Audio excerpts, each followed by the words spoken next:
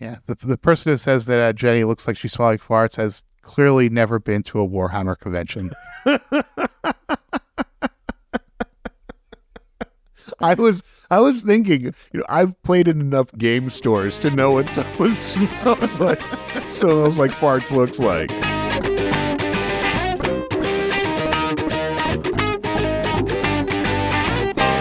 Hey, Upper East Siders and all you scandal-loving listeners out there. You've just turned into the non-judging breakfast pod, where the coffee is strong, the waffles are fresh, and the gossip is hotter than ever. My name is Leif, and I'm your seasoned Gossip Girl veteran. And I'm Steve, the rookie, the new guy. What am I now, Leif? We're partway through season 3? Well, I think you know what happens if you sit on a step higher than mine. Oh, absolutely. And I guess it means that I just wouldn't make you float anymore. Not at all. So here's the deal, folks.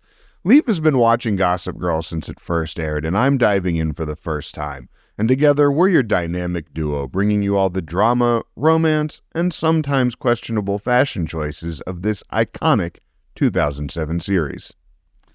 Bring your magnifying glasses, because each week we're dissecting every juicy detail of the show, one episode at a time. We'll connect the dots, uncover those sneaky little Easter eggs, and of course, serve up some piping hot behind-the-scenes tea. And expect some iconic fan moments too, because what's a deep dive without a little drama?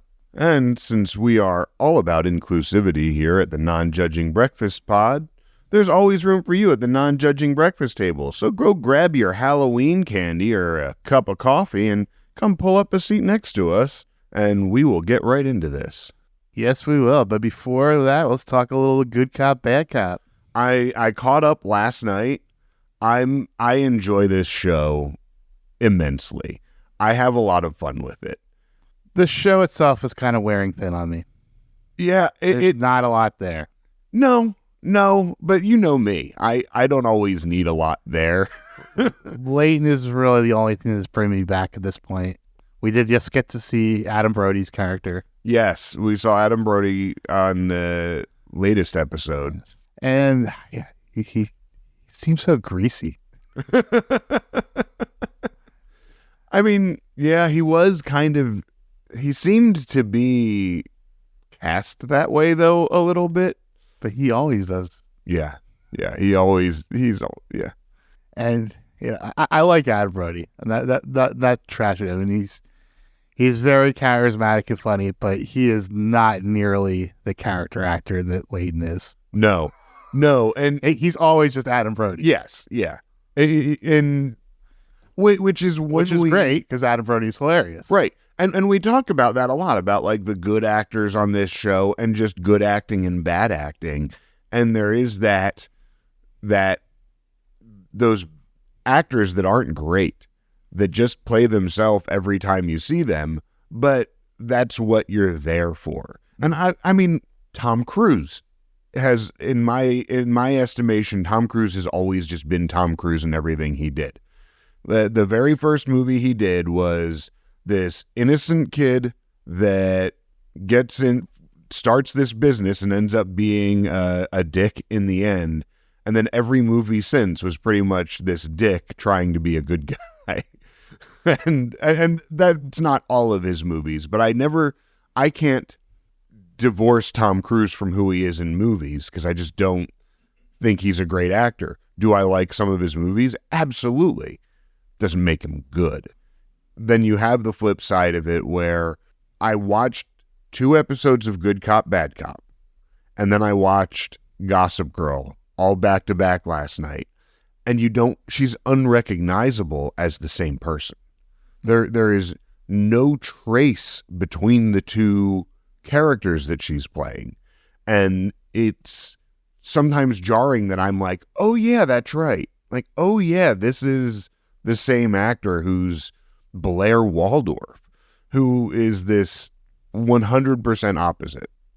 Now, I will say that it is a little bit similar to the Blair of the later seasons. Oh, okay.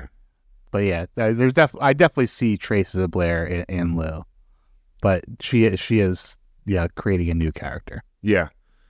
And very well. And yeah, There are other things that I like on the show, though. I like the father-son dynamic. As somebody with a troubled father-son dynamic, I like that. I like the siblings that are completely different and are kind of ride or die for each other, even though they can't stand each other half the time. I really connect with that. I don't dislike any of that. It's just there's not a lot of story to tell. No. And it's funny. I had the thought in the last one not the last one, but the 2 weeks ago when they were blowing up the cell phone towers and stuff like that, and they barged into the old lady's house and knocked her over. And then when she was alive, I was like, okay, good, because this is supposed to be a small town. They're going to run out of people. Yeah, eventually. That's the I was about to say, the crimes seem to be getting a little more ridiculous each week. Yes, yeah. And that, I feel like that's really the nature of this type of show. In the line of Psych or... there's another one right on the top of my head and there's a reason I don't watch those. Burn Notice. Yes, Psych. I didn't watch it. Yeah, and I love those shows. Yeah. I absolutely loved both of those shows. So we are here to talk about Gossip Girl today, Season 3, Episode 7, How to Succeed in Bassness. Original air date was October 26, 2009, so right before Halloween. Mm-hmm. And a play on how to succeed in business without even trying. Yes. 1967 film. Armed with the titular manual, an ambitious widow washer seeks to climb the corporate ladder. It was directed by David Swift, who also wrote the 1961 and 98 versions of Parent Trap, and with stars Robert Morse. I know him as Bert Cooper from Mad Men, and Michelle Lee was the mom in Along Came Polly. Was there a remake of this movie? I thought there was like a 90s remake. I thought this movie was from the 90s. When I saw the title, I thought it was the movie with Michael J. Fox. That's what I thought. But it's not. It's a completely different movie. What's the movie with Michael J. Fox? Something else. That movie, right? Yes. That's what I thought it was, but it's apparently some other movie in 1967. I'm having one of those, what's it called when Mandela, the Mandela effect. I could have sworn. I was thinking Matthew Broderick at first. No, but... the movie with him is called The Secret to My Success. Oh, yes, that is correct. The Secret to My Success. Yeah. Okay. But yes, originally that's what I kind of thought they were. I had that same thought that they were that, but then when I looked it up, no, it's some other movie in the 60s. And that's really funny because I knew it was a movie. I wonder, did they do a Broadway?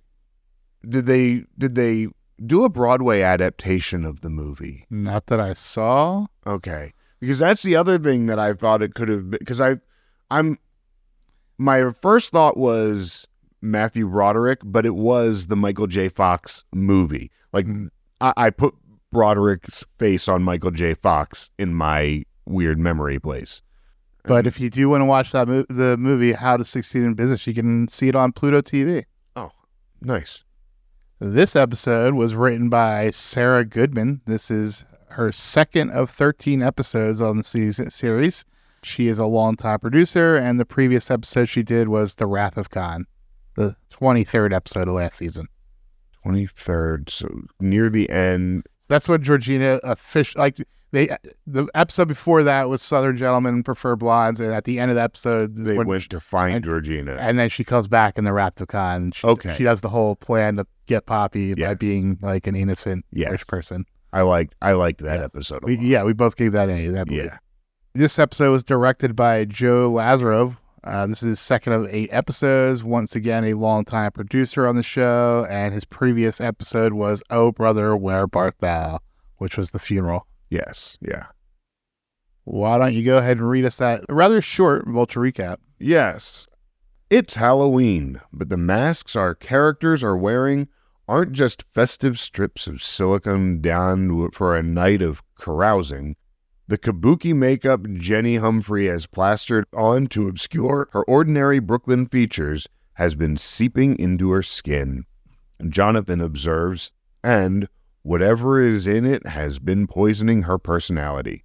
Actress Olivia, a master of disguise, wears a mask of innocence when questioned by her new boyfriend Dan about a realistic-seeming orgasm she had on screen in front of millions with her ex.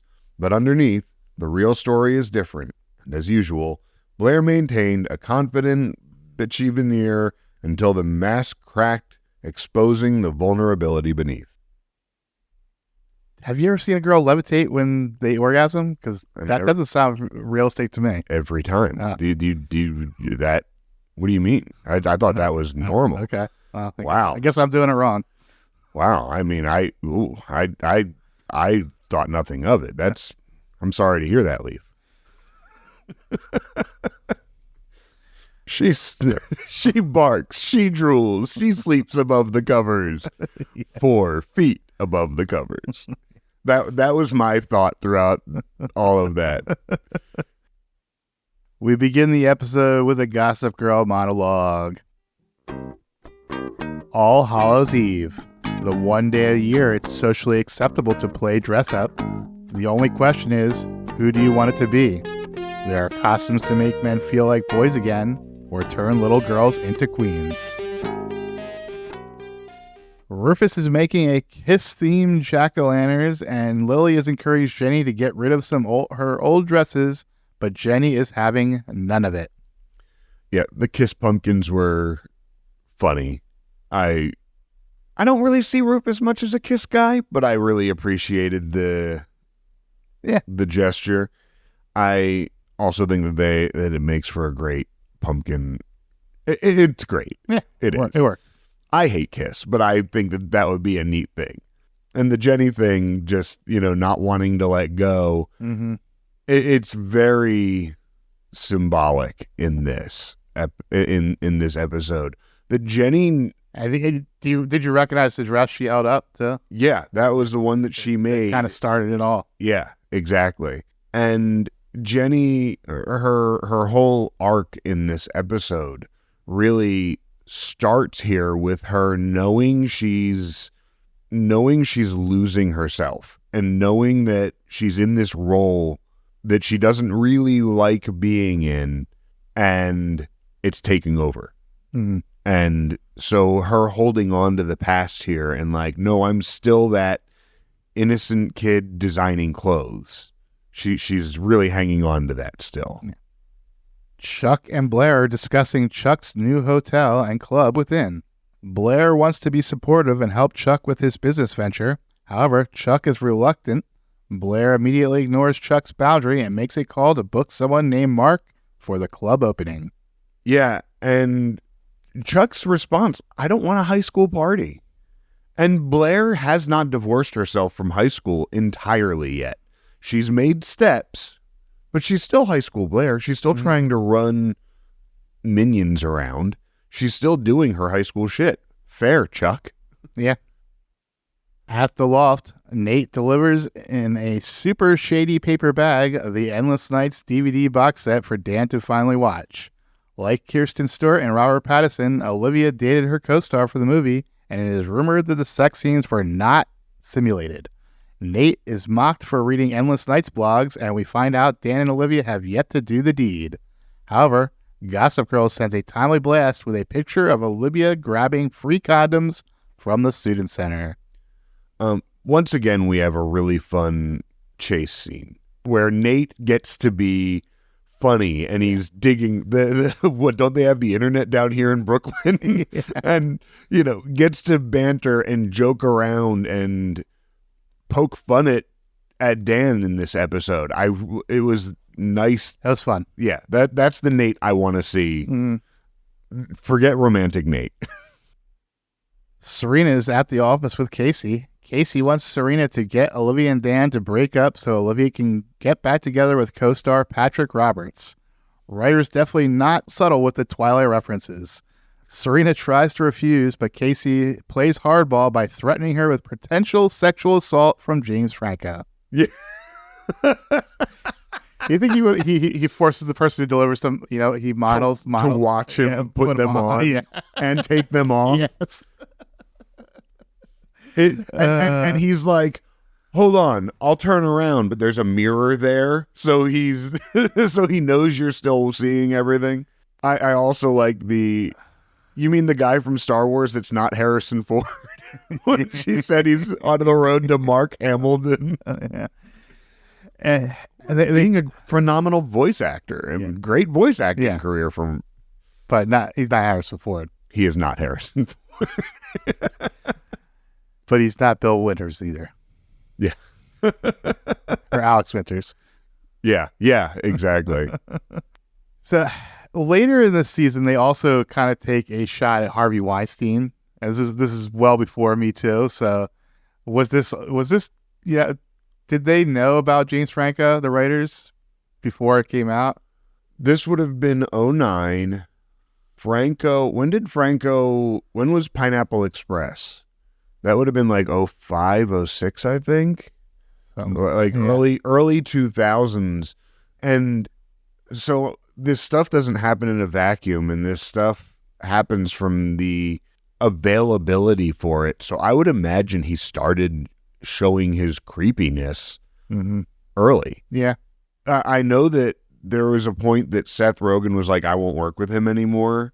And when I was reading that, I really got the impression that it was sort of I realized how much of a creep he was, and also that I grew up and realized that shit's not okay.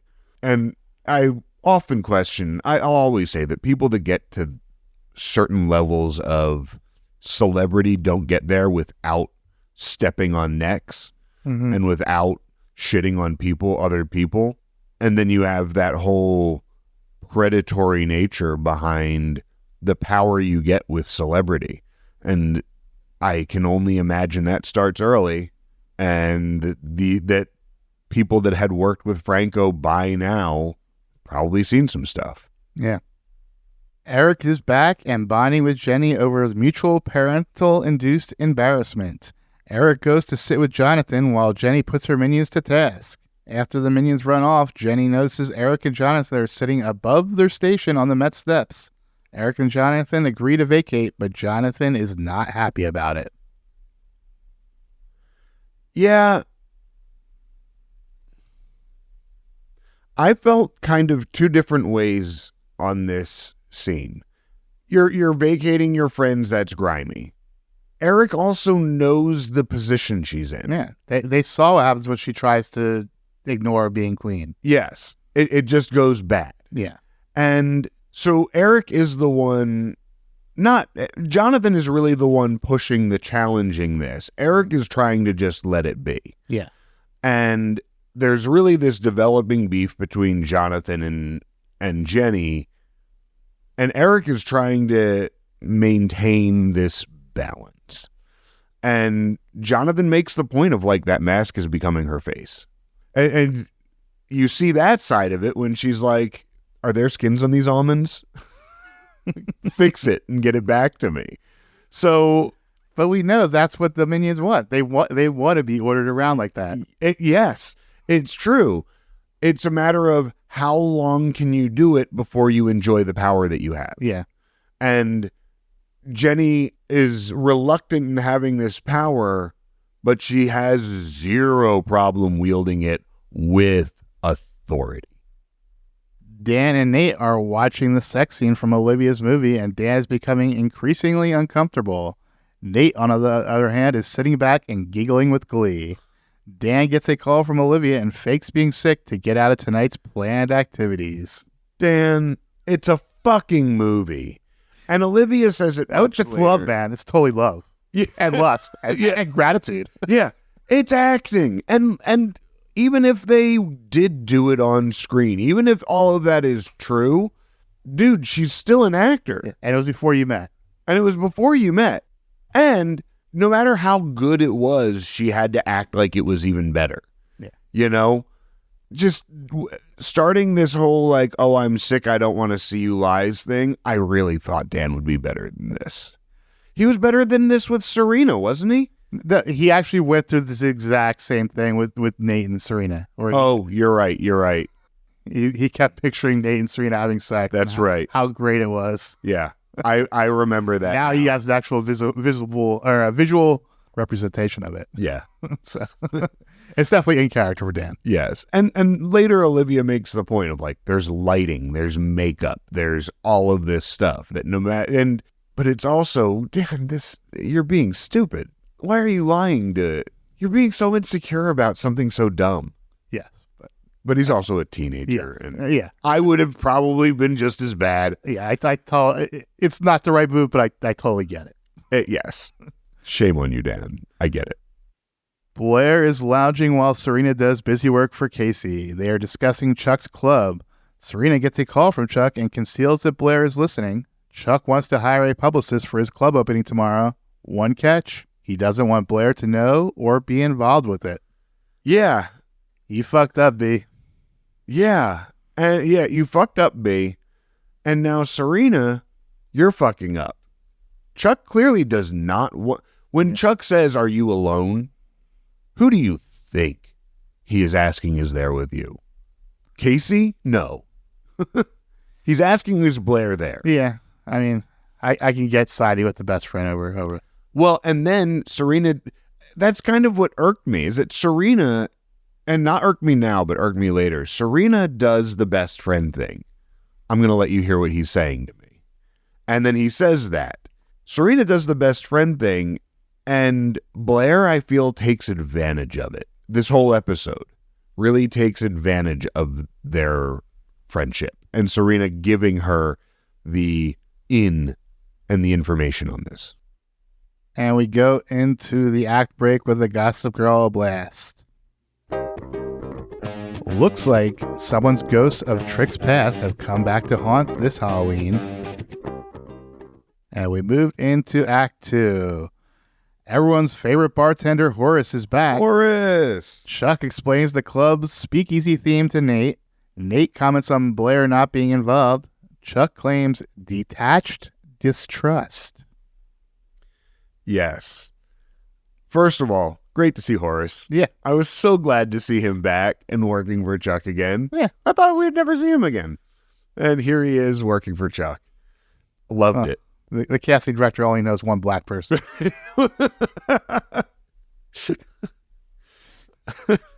That's like, especially since what's her name left? The minion from is left. I wonder if she got it to college. Well, they were smart, remember? Or at least Caddy was really smart. Caddy, yeah. But I got the impression the two of them were, and were just putting up with Blair to go to college. I liked how Chuck, when he said, fights include time and energy. Yeah. Right before he said the thing about detached. Distrust. Yeah. I'm not putting any time and energy into what upset me about her. I'm focused here. Yeah. And good for it. Good for him. And that is even more of a statement than fighting with someone. Yeah. There was a time a few years ago that you know how I don't get along with my ex-wife. And there was a time a few years ago that I was like, I'm just not going to respond anymore. And I'm not going to engage, and I'm not going to fight. And if there's a one-word answer, I'll send a one-word answer. Because the fight was what she was going for. She wanted my time and energy, and I'm not giving that. Back at the office, Blair is pissed that Chuck chose Serena over her. Serena tells Blair to give Chuck some slack. Blair claims she agrees and is going home. Guess who has two thumbs and ain't buying it? This guy. Don't be suspicious. Don't be suspicious. Don't be suspicious. That when I saw her face, that's exactly what goes through my head. Rufus is excited to dress up and give out candy. He shames Lily for wanting to go to the club opening and supposedly embarrassing the kids. Vanya and Lily feel bad for Rufus because they know kids don't trick or treat in this building. Act happy, Matt. It's just when Rufus is acting, when Matt Settle is acting, it's so bad. I'm so happy. Yes. I'm so happy. He just so happy. So happy. He just did not match the energy of that scene. And Lily and Vanya did. I thought that this whole sort of plot line was just, how do we keep Rufus and Lily involved? And there's that part of me that's like, they don't have to have a big part in every episode. They don't need a storyline in every episode. Nate doesn't get a storyline in every episode, and he's a star. So these two parents don't need a storyline in every episode. In fact, they didn't always. There was a time when they would just be supporting characters on some episodes. Let's get back to that. Jenny is discussing costume choices for the party tonight. The minions ask if Jenny designed her own costume. Jenny says it's vintage.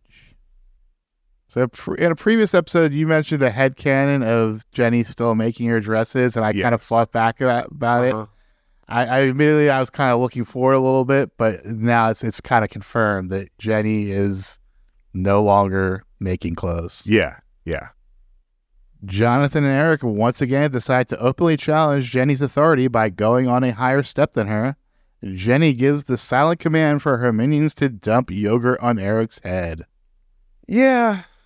Jonathan, why are you doing this? Yeah. Why are you starting this war between your boyfriend and his best friend / sister?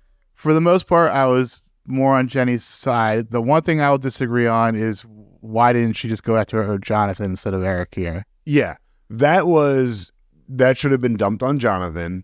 It's also a weird power play to kind of leave a whole flight of steps above you empty. Yeah. And say, no, I can sit there. Yeah. And that's the other thing. Why aren't you just sitting higher on the steps? But like you said, it's a power play. It is like no one can sit up there. I'm going to sit on the bottom step today. You're all standing. Olivia brings some soup to Dan at the loft. She quickly figures out the real reason Dan blew her off. Olivia assures Dan that her relationship with Patrick Roberts was just a publicity stunt. Looks like Dan and Olivia are going to the club after all. Yeah. Oh, what scene was it? No, you think I'm a bad actor. What scene was it? Going through all of these things, and she hits the button and is like, oh. Yeah. You think I'm a really good actor. But which is funny because that's initially what Dan was afraid of watching. Of her being a terrible actor. Like the bad dialogues, what he mentions. Yes, yeah. Of course, yeah. Nate said, oh, the dialogue's awesome. I have my doubts. Nate, sorry if I don't take your word for it. I feel like Dan and Nate watching a movie together would be like you and me watching a movie together. Because we've done, we both walked out of the first Star Wars movie where you were like, nah, and I was like, oh, that was fun. That was awesome. And you were like, I've got notes. Yeah. Yeah, The Force Awakens, different podcast. Serena tells Casey that Olivia is coming to the party alone and just needs to get Patrick Roberts there as well. Serena's such a bad liar. We've seen this before, that she can't look you in the eye when she lies. So she just lies to you and then looks around. Don't be suspicious. Don't be suspicious. Chuck is leaving a voicemail for the liquor board, still waiting to hear about his license. He and Horace are discussing what Bart would do in this situation, and Chuck gets a convenient call saying his liquor license was granted. That's convenient. Yeah. That it just happened right now when you were talking about it. And as we see, Blair gets a text from Jack Bass saying that he handled the liquor license, and Gossip Girl takes us to the act break. Seems like Chuck finally stepped out from Big Bad Bart's shadow. Too bad his girlfriend's still playing on the dark side. Wait, first of all, Jack was like deported. What pull does he have that you would go to him? Blair, you're a fucking Waldorf. You have contacts other than Jack, I would assume. Or at least your parents probably have that pull. Or Lily. Or some, I guess Serena offered to go to Lily. Yeah. But Lily might, I don't think Blair's parents would. You don't think so? Yeah, I guess they're just more ultra wealthy, but not politically connected the way Lily is. And not to mention her dad's not even in the country. That's true. So Act 3 begins. Lily is trying to let Rufus down easy about no trick-or-treaters, but Rufus is still convinced they will come because he told everyone in the building they would be home this year. Eric comes home from school early, hair wet and without his uniform. Lily is concerned, but Eric tells her to ask Jenny what happened. Poor Eric. Yeah. He did not deserve that. Nah. And I always love Eric. It was shitty. Also, again, the Rufus Lily storyline just doesn't match the energy of anything else happening. And this was billed in the beginning as a Halloween episode, sort of. And this is really the only Halloween anything that we see is just this Rufus Lily weird stuff. Well, the party was a costume party. Yeah, but were people really wearing a lot of costumes? Yeah, everyone's wearing a costume. I guess I wasn't. I guess I was just looking at like it was a themed costume party. Oh, yeah. It was a Roaring '20s party. Oh, right. So they were all wearing like gangster stuff. That's right. Flappers and stuff. Yeah, you're right. Yeah.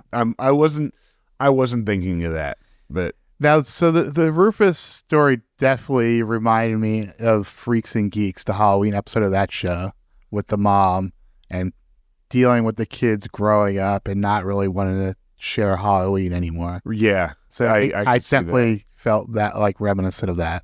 Yeah. They did it better, but yeah. Yes. Blair and Dorota are in the dorm getting mani-pedis when they are interrupted by Chuck, who arrives with a costume for Blair and an invite to tonight's event. The foot bothering. Dorota, when Mr. Chuck, when you don't speak with Blair, she brings me for the foot bothering. At the loft, Dan and Olivia are debating over gangster or musician for Dan's costume. Serena is also there and comes up with a compromise that will get Casey off Olivia's back. Olivia reluctantly agrees, but Dan is less understanding of the business of Hollywood. Yeah, it feels dumb again. It feels like a dumb plot thing. No way this could possibly go wrong. Yeah.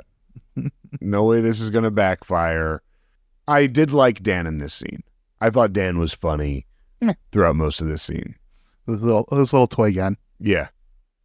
Jenny is trying to deflect regarding the yogurt dumping incident. However, Lily sees right through it. Jenny will still be allowed to go to the party, and Lily won't tell Rufus if Eric still wants to go with Jenny, and the minions apologize to Eric. This is where we've known all along. This is where you see Lily was a queen. Yeah. That Lily sat on those steps, and she was a mean girl. She was a mean girl and probably sat on the highest step and was probably the queen when she was there. That's what I took away from this. When Jenny said, I can't control every girl in the school, and Lily said, I think we both know that's not true. And Lily is not like, you did this horrible thing to my son. It was, ooh, okay, I see what he did. I don't love it. There has to be consequences, but I get it. And I just imagine, I remember Lily was kicked out of school at one point, and was it Constance that she was kicked out of? She was in California at the time. Okay. And I don't know if we ever really get much of what happened after that, but I could very much see her winding up at Constance and sitting on the Met steps as queen, and this hierarchy going back that far, the way that it has been presented, sort of. That's just sort of maybe my headcanon. I don't think it really fits timeline-wise. Probably not. But I think she's still queen of New York social scene. And She's still the mean girl. yes.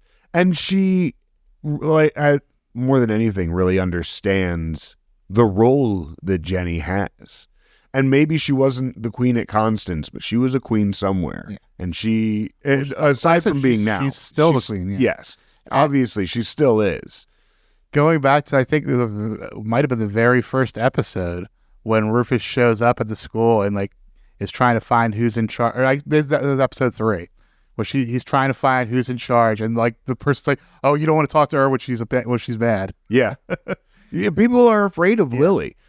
Eric, later on, when he's like, "I wouldn't want to face my mom." Yeah, Lily is a scary person to have against you, and I really feel, for the most part, Lily has become a very good person in many ways, a much better person than when she was abandoning her kids in the beginning when we first met her. Now, I really wish we could have seen Serena react to the situation. Yeah. Yeah, because I feel like Serena may have punched Jenny in the face and then slapped Eric for defying her. Because Serena also is someone who has been on both ends of this. At the club, Chuck receives his liquor license, and the guy dropping it off lets slip that it was a favor for Jack Bass. Blair plays dumb at first, but when pressed, reveals that she is the one who called Jack. Chuck says he still can't trust Blair and disinvites her from the opening tonight. Serena chooses to stay and help Chuck rather than go help Blair lick her wounds. And this is where I say that Blair, it's also more later, Serena obviously is going to stay here and do her job to help Chuck. Yeah. That's what her job is right now, not to make you feel sorry for yourself for betraying Chuck in the first place. And again, how does Jack still have these fucking contacts? Which, as we find out, well, he doesn't. Yeah, he just apparently has one at least one friend that can... With a printer. Yes. With a printer. And it just goes to the fact that, Blair, why would you even trust him in the first place? Why would he be the person you would go to try to save Chuck? He hates Chuck. Not a good move. Yeah, not a good all-around episode for Blair in her scheminess.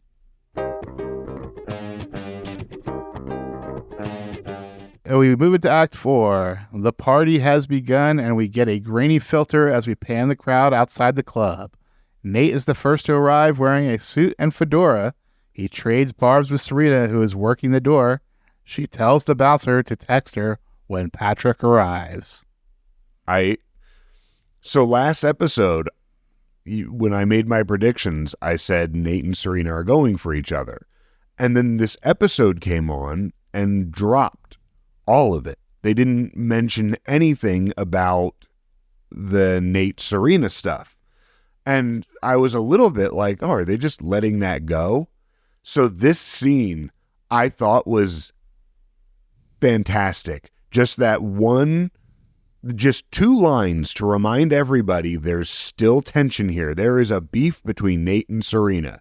And the way Serena, run out of friends to stab in the back? Well, at least I'm going inside and not working the door. Damn. Just shots fired from both of them. And so I'm glad that they kept that tension for that episode. I still think that there is a ship there in the future at some point. I feel like they've flirted with it a couple times.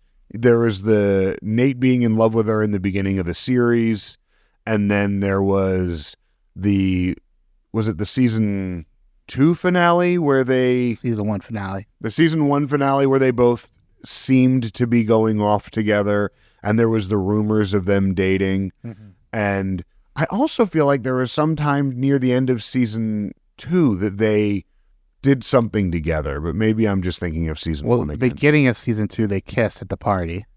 They right, kissed. Yeah. The end of season 2, Blair and Nate were dating. Right, that's right. Okay. My overall point, I do think that they have a chemistry, and I've always felt like there's something that has to happen with them at some point. Yeah. So I think that those things often start from a place of tension. And I like to see that tension in this scene. Jenny and the minions arrive. Jenny tells them that Eric ratted her out to their parents and they have to pretend to be nice. For now. Jenny, it sounds like you're going to get caught. when you're like, oh, I have a new plan, and it's one that won't get me caught. You're going to go egg his boyfriend without masks in front of him. Well, I think the point is she knows Lily won't give a fuck about Jonathan. Oh. It's funny because I wouldn't... She barely gave a fuck about Eric. That is true. Like She will give not a fuck about Jonathan. Yeah. Rufus probably would, but... Right. And Jonathan is the one who deserved it in the first place. Yeah. Mm-hmm. Blair and Dorota are back in the dorm room playing chess. Dorota is also multitasking by vacuuming at the same time.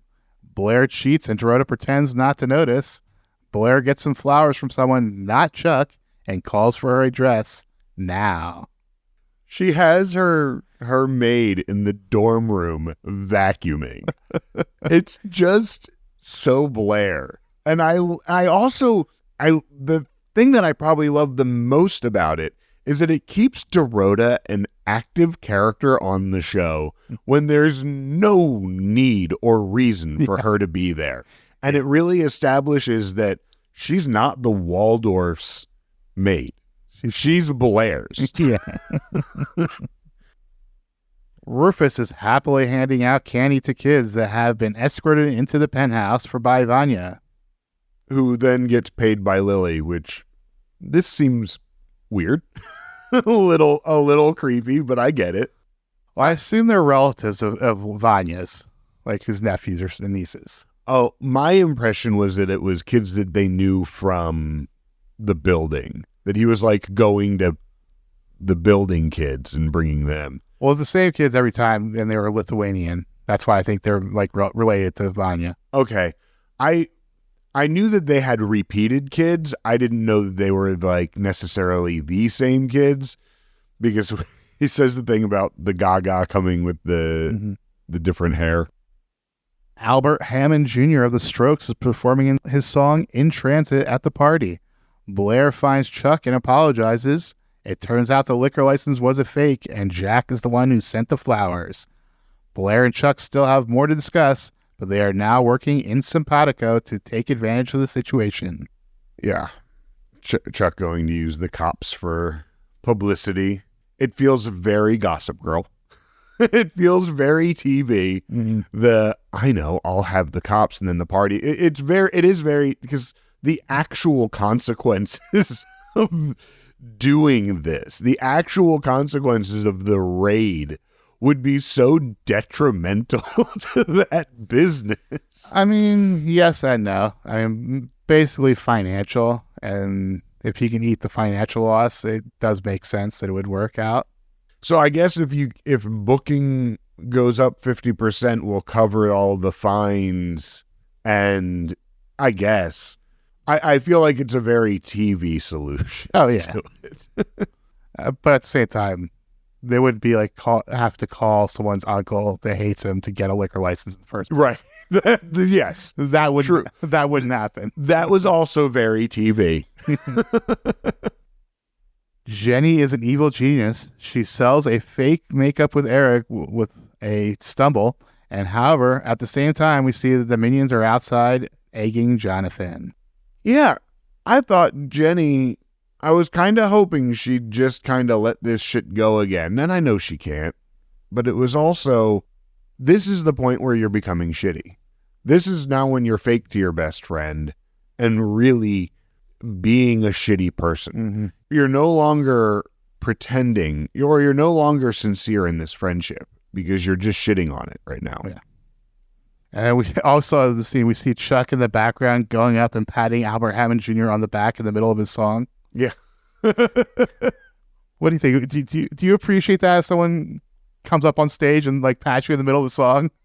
I would be irked. I get mad when people ask me to join me on stage. I get mad when there is somebody who has a couple times I'd be playing and they would come up and join in on like a drum pad, and it drives me insane. And the guy is a super nice guy. He runs an open mic. He's a extraordinarily talented musician. When he does that, when he comes up and he plays a beat behind me without me asking, it's never out of time. It is never bad. I hate it because I have not rehearsed it. I am not prepared for it. So if somebody comes up and pats me on the back mid-song, I'm going to be like, what the fuck is that? If it's one of my best friends and they're the owner of the place, maybe. But if it's just the owner of the place and I've never met him before, I'm going to be like, what the fuck, dude? What the fuck, dude? I'm working here. Like, you hired me to do a job and I'm doing it. What can I help you?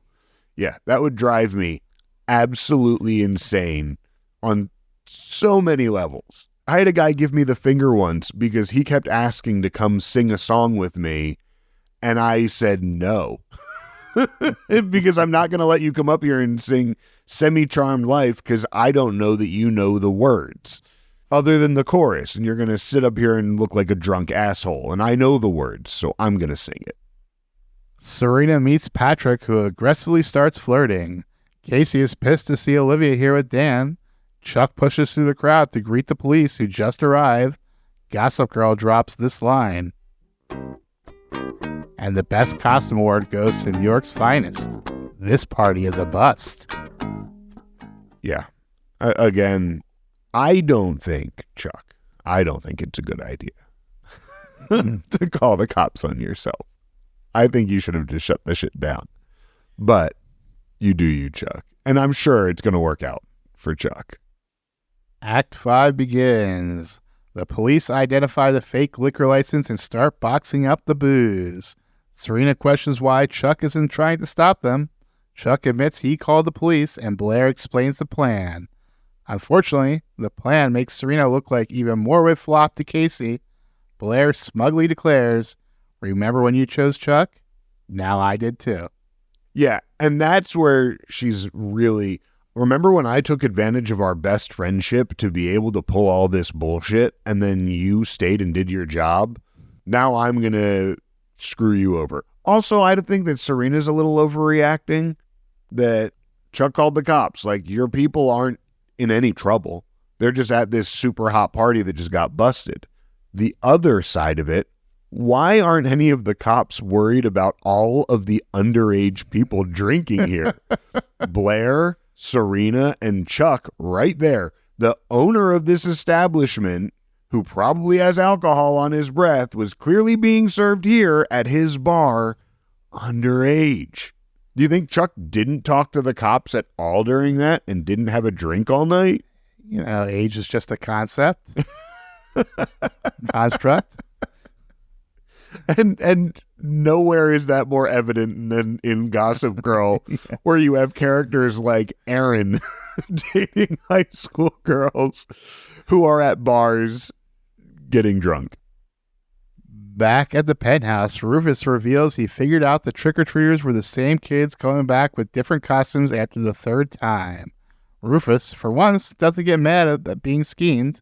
He instead suggests starting some new, more adult Halloween traditions. Yeah. Good for Rufus. Maybe I just want to knock on one door. Rufus, did you just call her vagina a door? Portal, maybe. But yeah, good for Rufus for not overreacting for once. Yes, and it was cute. Yeah. Lily wanted you to have the holiday that you wanted to have. I don't know why you guys just didn't go to the loft and hand out candy there like you've done every year, because it's still there and you still could. You could make a tradition of chilling in Brooklyn. Dan wasn't there. So all those kids that would go there, depending on you year after year, nothing. Those poor Brooklyn kids just can't catch a break. Also, I feel like Rufus, at this point, being the Rufus Bass, come on, king-size bars. If you really love Halloween the way you say, you can afford the king-size bars for those kids. He's worried about childhood diabetes. That's okay. You know what? Hell, I'm worried about adult diabetes. just came out to my mom yesterday about my diagnosis. I held that for a couple months because I didn't want to hear about it. And then someone else in the family, my mom was like, one of my siblings is on Wegovy, I think, or one of the weight loss medications. And my mom said, yeah, it's pre-diabetic. I'm like, oh shit, I'm not letting her go through this alone. So I was like, yeah, me too. Yeah. Dan and Olivia are making out in the empty club, but before they leave, Olivia admits Patrick wasn't her fake boyfriend. And although she feels bad about how things ended with Patrick, she really cares about Dan. Yeah, I thought this was kind of silly of her and kind of silly writing to lie right off the bat, but then to be like, okay, it was a lie and I'm caught now. I feel like honesty from the start, like, yeah, we were dating, but that's acting. Like, that isn't real. That's still a movie. Like, we had our private time when we were private, but that's acting and lighting and movie, which she does explain in this scene. Mm. To which he also brings up now, I don't know at the time, I don't recall when Caitlyn Jenner came out as trans, but he does mention the Bruce Jenner biopic. Crashing Patrick's career. Crashing his career, yes. So I meant to look that up and forgot, but was that, were they dead naming Caitlyn Jenner, or was that not a thing yet, or was that just starting to reveal? I feel like she publicly came out April 2015. Okay. So I was thinking, okay, 6 years later. Okay, so no, it's just he was terrible in a Bruce Jenner biopic, which is even better. Yeah. Serena interrupts Dan and Olivia and pulls them into another room and tricks them into kissing in front of the paparazzi. In the spur of the moment, Serena tells the press that she is dating Patrick Roberts. Patrick seems to be all in for it and pulls Serena in for a dramatic kiss. Gossip Girl narrates, "You really proved yourself with this one, S. Looks like your work troubles have just turned into a labor of love." I don't remember if we addressed it, but when they first met, Patrick says, oh, if I knew who I was talking to, I would have been on the phone longer. Some kind of sexual harassment to Serena about how beautiful she is, which Serena, of course, ate up. But you guys should kiss now. Okay. Like, oh, well, all right. Obviously. Oh, what's that curtain doing there? It was just so laid out. It's so goofy. And Serena, it's just, again, the narcissism of Serena. I'm dating him. He'll obviously just go along with this because look at Serena. He'll obviously want to date Serena Vanderwoodson. And there's also the thing that really struck me. Well, if they're not together, who's Patrick dating? Who fucking cares? Well, obviously the press does. And more so, that's the whole point of this episode. It's just, wow, that celebrity's nothing if he's not dating anybody. Maybe he just isn't a good actor. Well, I think that is the point. Yeah, I mean, exactly. Some careers should fade. Also, it seems like a conflict of interest that Casey is representing both of them. Yeah, it really is. She's like sacrificing the more popular client to bring up the less popular one. Yeah, which is really bad for Olivia. Yeah.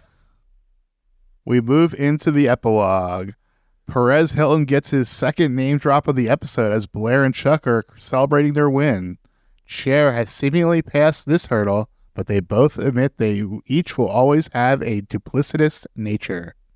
Perez Hilton, how long were they around before this? I feel like I first started hearing about, is it a him? Yeah. I feel like I first started hearing about him in around this time. So I actually did look this up, and he officially started blogging in 2005, but I think this is around when he started getting popular. Okay. Yeah. I know that now he is a celebrity gossip go-to. Yeah. So I didn't know at that time. Okay, that makes sense. That's the same timeline that I would have anticipated. Apparently, Vanessa is in Albany for her sister's gig, so Dan and Olivia have the dorm to themselves. Although even when Vanessa comes back, Dan has a whole ass loft to himself. Why go to the dorm? You live alone. I like the connective tissue that Vanessa's band, her sister's band, is still a thing. Yes, the lesbian punk band, which I believe they're just calling punk bands. But again, like this show is laid out many times. Didn't they also have the lesbian taco bar or something like that at one point? Nate and Vanessa were talking about it. Yeah, something about lesbian tacos. Jenny gets a confirmation text from Sawyer as she is arriving home. Eric is already hurt as well. Jenny tries to apologize and wants to keep their home and school life separate.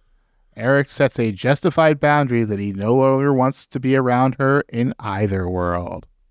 Yeah. Yeah. Jenny, you fucked up. You sat there, made nice while you knew his boyfriend was getting egged, and you didn't have to do anything.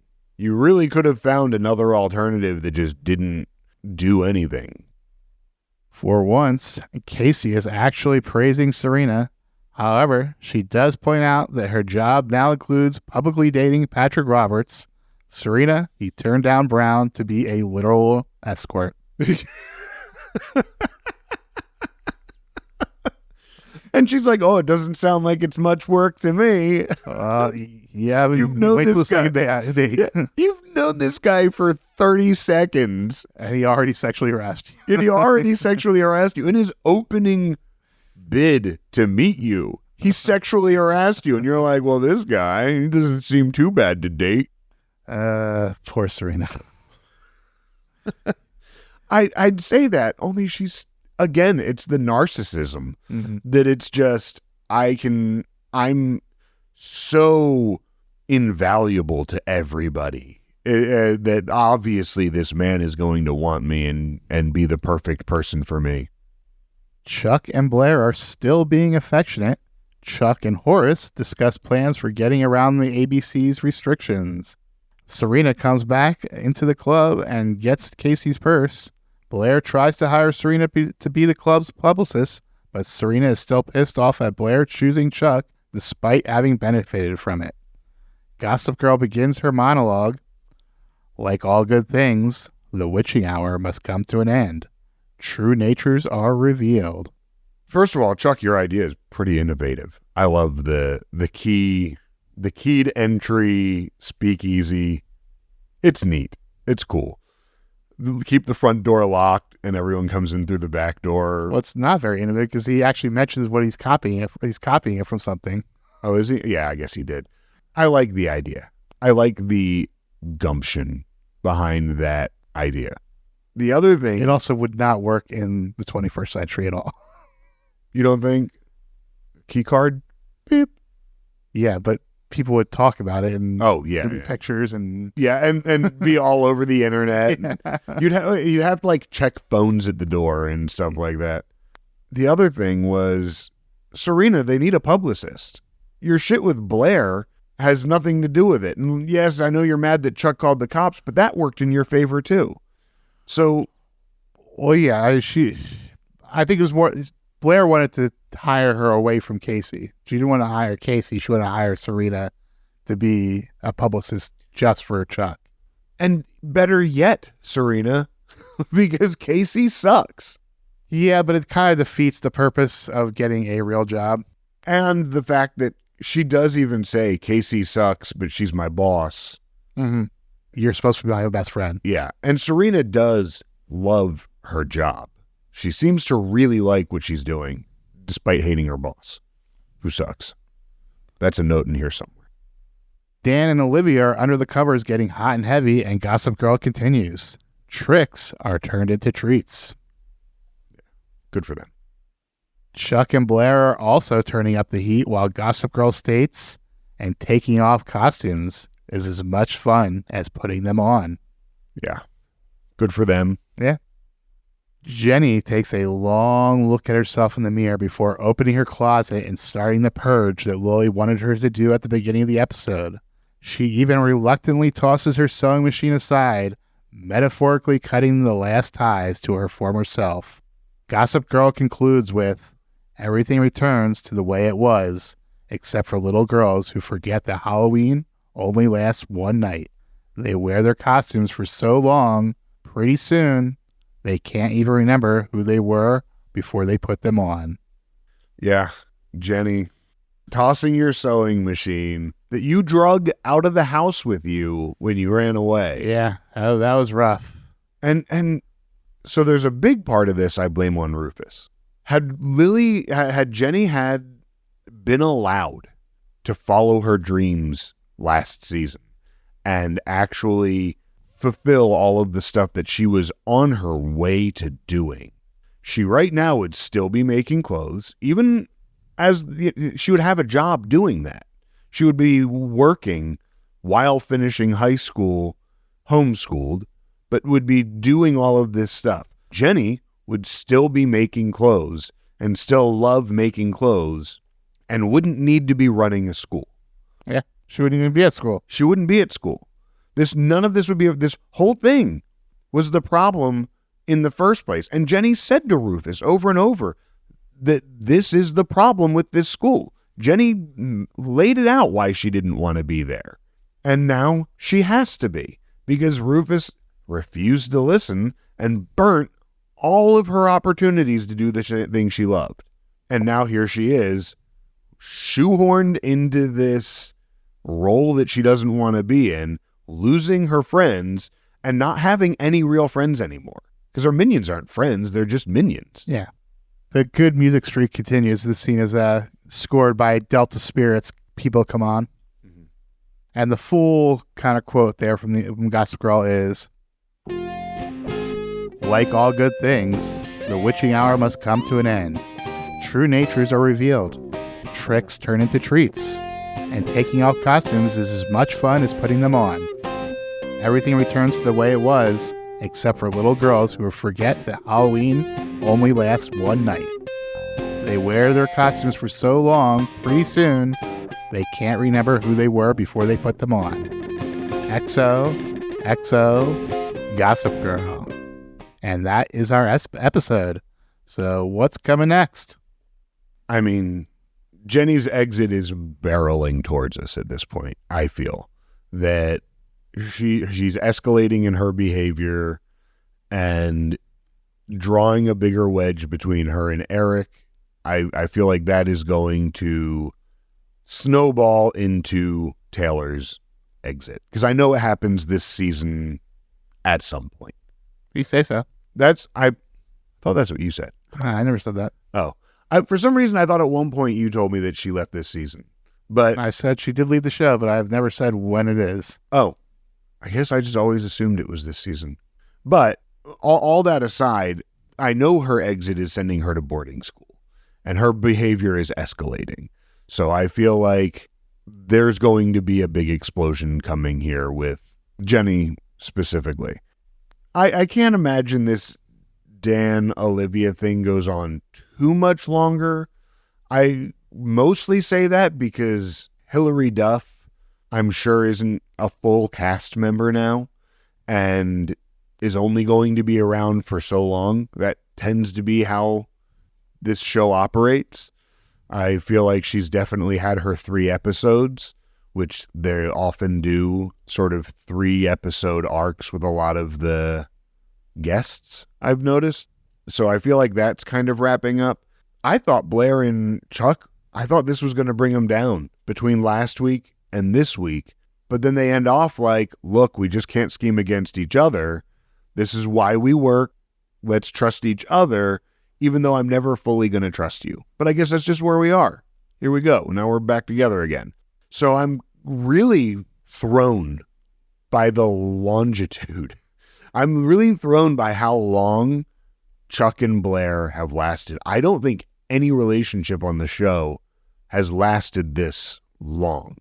This is what, 6 episodes now of them? Well, I mean, Dan and Serena were basically together for basically all season 1. Oh, I guess so. I kept feeling like they were together, then not, then weird. Like they had a lot of like false starts, but they were always trending towards dating at the beginning of the season 1, and then were together until they broke up at the end. Yeah. And then got back together a couple of times, too, in season 2 also. Mm-hmm. Definitely for Blair, though. Blair and Nate were together for the whole first half of the first season, too, I guess. That Blair and Nate were together. I think they basically broke up at episode 7 officially, and then they got back together for a couple episodes, and then broke up again at episode 13.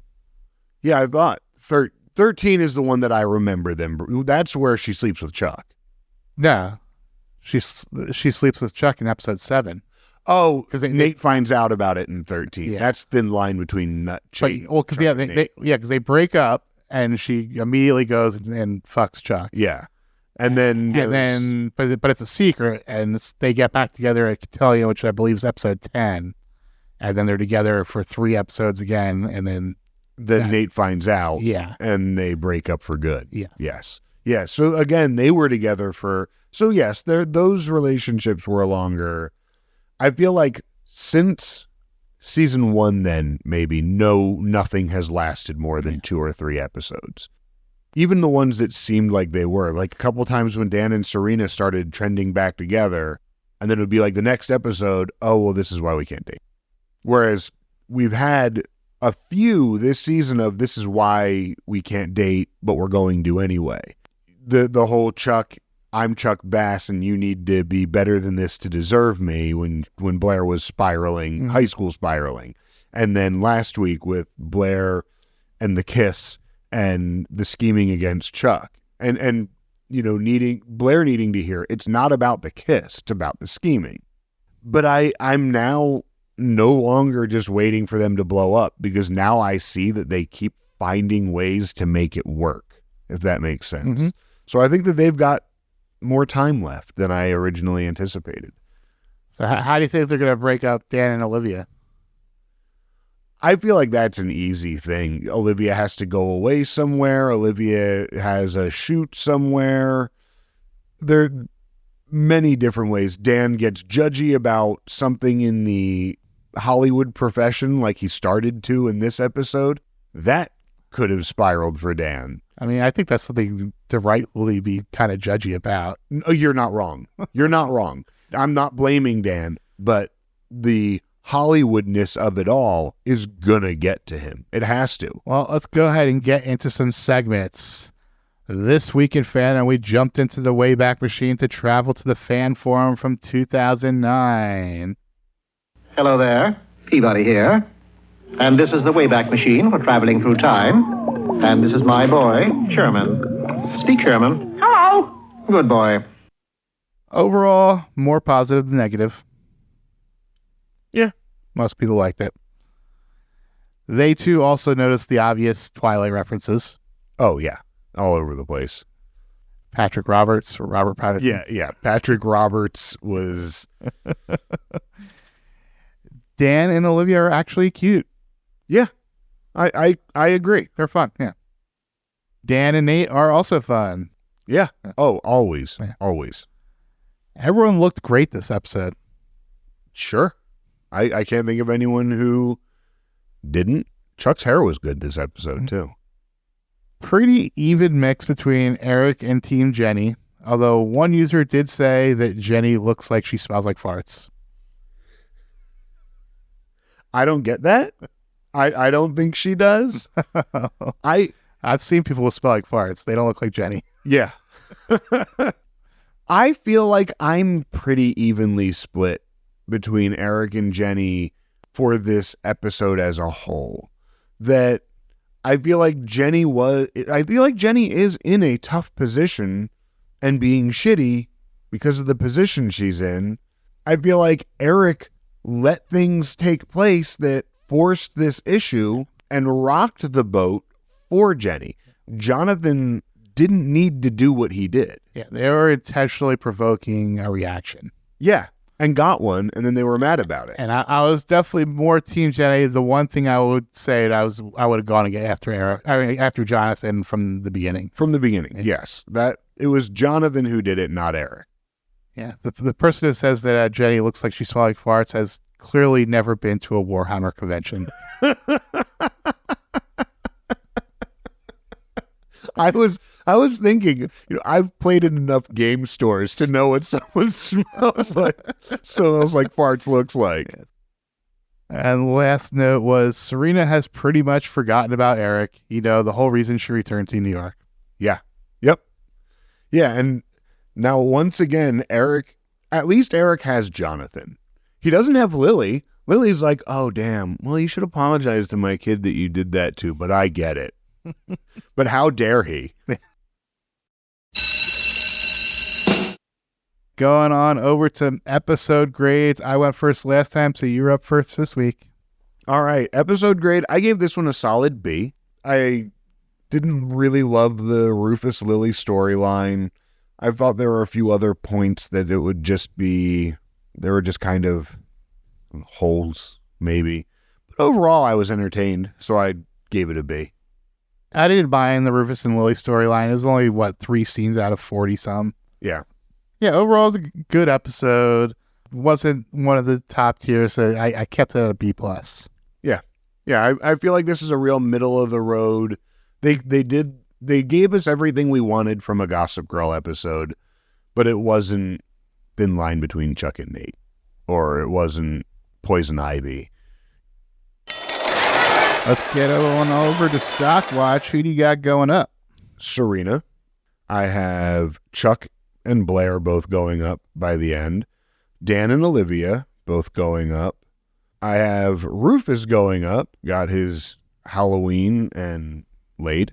Patrick has a new girlfriend. His career is back on track. I have Horace having a nice new job. And that is everyone I have going up. I had pretty close to the same list. I did not have Patrick. I just didn't really think of him. But I did have Chuck and Blair because they worked things out at the end. I had Jenny going up because she is taking power, and even though I didn't like everything she did, she is definitely making a power play. Rufus and Lily, they go up because they had a cute little thing going on, and no one freaked out, and everything worked out. Dan and Olivia for the same thing. They had their little bump in the road, but it worked out fine. Serena, because she's finally starting to impress Casey. Don't know how long that's going to last, but now that she's dating Patrick. And then, yes, I also had Horace as well because Horace is awesome. Horace is awesome. So I actually did have Jenny going down. And for me, it was your take is completely accurate that she is now taken control and is the boss now. I kind of saw it as the old Jenny is done. The old Jenny is dead, and so that's sort of a rock bottom in a way for me. So I had Jenny going down because of that, because the old Jenny is now gone. At least all the symbolism is there of getting rid of that Jenny. So I feel like this is her reboot starting from a new zero, sort of. I also had Eric and Jonathan going down because they got bullied hard. So I did have Eric and Jonathan because, they got bullied hard. I also had Jack Bass because his scheme failed. Oh. And originally I had Nate as neutral, but on second watch, I had to go him down because he shamed Serena just for having a job. Check your privilege, Nate. Check your privilege. Check your privilege. Guy who didn't have a home a season ago. Who only had a house in the Hamptons. But here's the best outfits from the last episode we've seen. That is it for Stockwatch. Who do you have for best outfit? That party, the Blair's party dress that Chuck got her, I loved that. The white and the frills on it. And then, of course, tied together with the rest of her flapper gear. I thought she looked fantastic. So I also had Blair, but her pre-party outfit, where she was at the bar and a couple other scenes, it was like a salmon-colored belted skirt with a pattern blouse from Millie. Yeah. Also really cool. And shout out to Serena's dress. And I feel like she had the same thing on throughout most of the episode, but that dress she was wearing, at least throughout the first half, it was a nice dress. Her party dress met the mandatory cleavage recommendation from the episode. Yep. We were reviewing your contract, and we realized there's only 3.5 inches of cleavage in all of these dresses you've been wearing. So we're going to need to make this next one 10 so that the average cleavage length ends up at the 7 that we agreed on. Yes. That is it for segments, though. What do you got to plug this week? I don't have a whole lot to plug right now. I'm trying to get into Invincible. My kids are trying to make me get into Invincible. I loved the first season, was okay with the second, and now I'm just kind of detached. So I'm trying to watch that. But I'm also really into the Daredevil, the new Daredevil Born Again. You can also find me on Instagram and TikTok, steve.marchon, Marchion, or you can find me on Blue Sky at The Weed Wizard. And I believe that's all I'm plugging. For me, I was a last-minute fill-in on Foreign to Fable, so that episode is already out. It is Season 8, Episode 20, titled Beast. So that was a fun time on it. It's a podcast talking about Smallville. It was my second time on the podcast. And yeah, we had a fun time. Nice. And if you want to follow me on social media, you can find me on Instagram and Blue Sky at Hot Capicola. That's HOTCAPICOLA. And if you want to follow the podcast, we're on Threads, TikTok, and Instagram at Non-Judging Breakfast Pod. You can also find links to our Patreon and our Discord server on our website, nonjudgingbreakfastpod.com.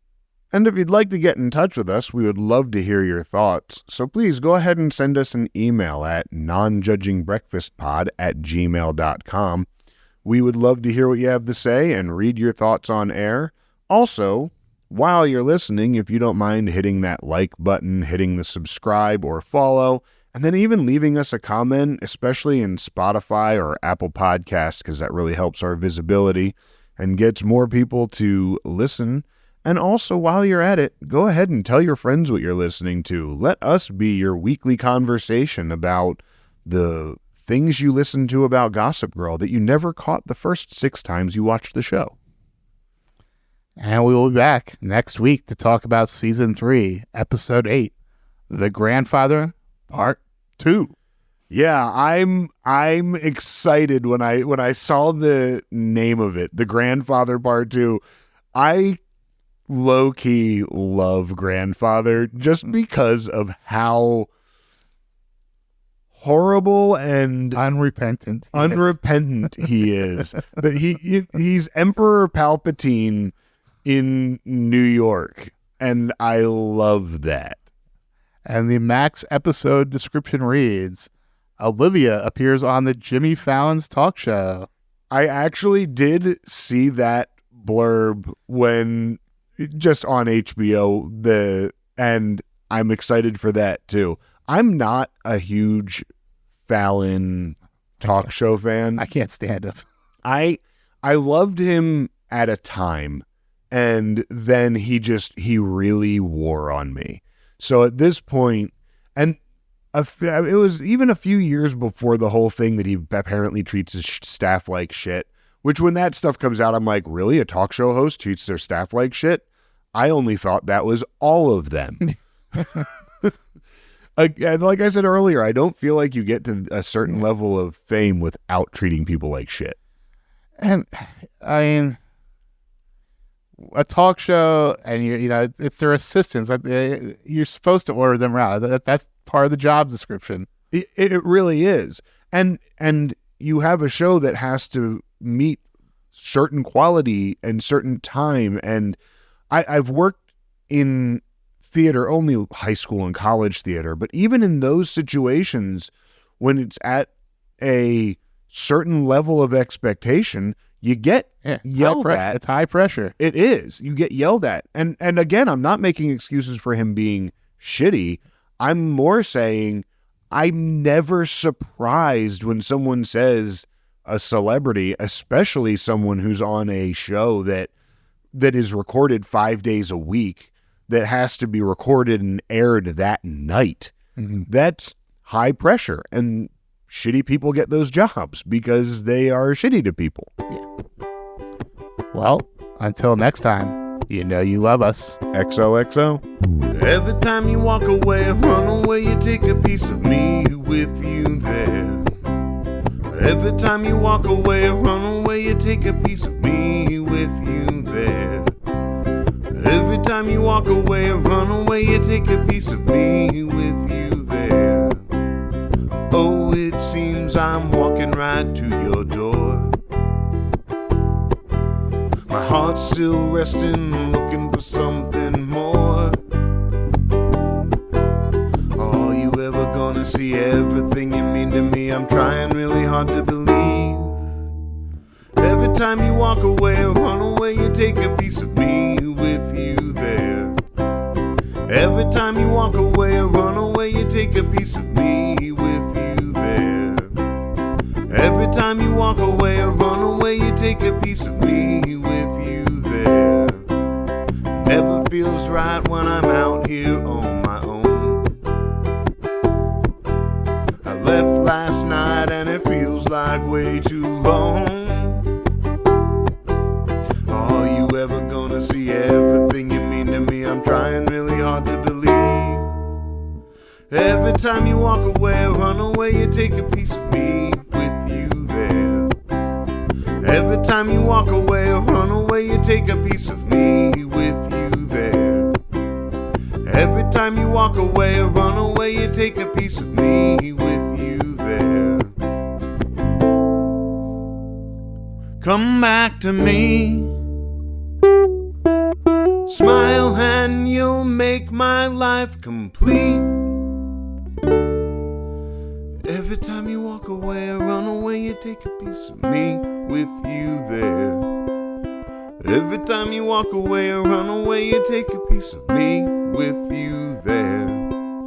Every time you walk away, run away, you take a piece of me with you there. Every time you walk away, run away, you take a piece of me with you there. Every time you walk away, run away, you take a piece of me with you there. Every time you walk away, run away, you take a piece of me with you there. Every time you walk away, run away, you take a piece of me with you there. Every time you walk away, run away, you take a piece of me